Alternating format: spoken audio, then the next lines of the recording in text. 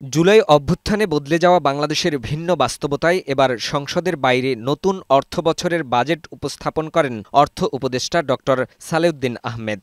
রবিবার সকালে তেজগাঁয়ে প্রধান উপদেষ্টার কার্যালয়ে প্রধান উপদেষ্টা অধ্যাপক ড মোহাম্মদ ইউনূসের সভাপতিত্বে উপদেষ্টা পরিষদের বৈঠকে আগামী ২০২৫-২৬ অর্থবছরের প্রস্তাবিত বাজেটের অনুমোদন দেয়া হয়। সেখানে ৭,৯০,০০০ কোটি টাকার বাজেট অনুমোদন দিয়েছে উপদেষ্টা পরিষদ। প্রস্তাবিত এ বাজেট নিয়ে অর্থ মন্ত্রণালয়ের ওয়েবসাইটের মাধ্যমে গত ১৯ জুন পর্যন্ত নাগরিকদের নিকট থেকে মতামত নেওয়া হয়। এরপর কিছু সংযোজন বিয়োজন করে বাজেটের খসড়া চূড়ান্ত করে অর্থ মন্ত্রণালয়। বিকেলে সচিবালয়ে বাজেট নিয়ে সংবাদ সম্মেলন ডাকেন অর্থ উপদেষ্টা ড সালেউদ্দিন আহমেদ। অঙ্ক চেঞ্জ হয় ৭,৯০,০০০ কোটি টাকা, তার মধ্যে আপনার পরিচালন হলো ৫,৬০,০০০ কোটি টাকা, আর এডিপি ২,৩০,০০০। এ সময় তিনি জানান, প্রস্তাবিত বাজেটের ৩টি জায়গায় পরিবর্তন করে বাজেট পাশ করা হয়েছে। এর মধ্যে প্রস্তাবিত বাজেটে সামাজিক নিরাপত্তা খাতে বরাদ্দ রাখা হয় ৮১,৭০০ কোটি টাকা, সেটি বাড়িয়ে ৯১,৭০০ কোটি টাকা করে বাজেট পাশ করা হয়েছে। জিডিপির প্রবৃদ্ধির লক্ষ্যমাত্রা ৫.৫%, আর মূল্যস্ফীতির লক্ষ্যমাত্রা ধরা হয়েছে ৬.৫%। আমাদের যেটা করেছে ফাইনালি জিডিপি আমরা 5.5 প্রক্ষেপণ করেছি, তাই না? ৫.৫।